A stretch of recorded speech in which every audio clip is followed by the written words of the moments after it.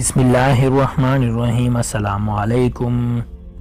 یو ورځ سلیمان السلام له یوه میږي څخه پوښتنه وکړه چې په یو کال کې څو دانې خوري. میږي وویل 3 دانې خورم. سلیمان علیه السلام میږی واخیست او په یو صندوق کې سره له 3 دانو بند کړ.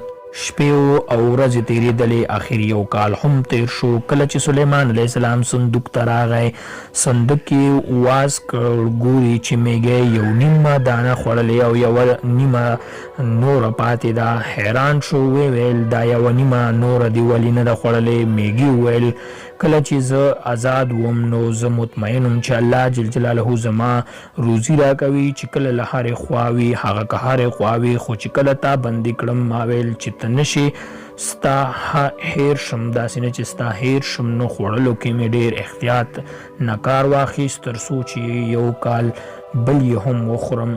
الله جل جلاله په خپل مبارک کتاب کې فرمایي هیڅ یو داسې ساکخ شوی د ځمکې پر سر نشته مګر روزي یې الله سره ده. له دعاګانو مو مه هېروئ.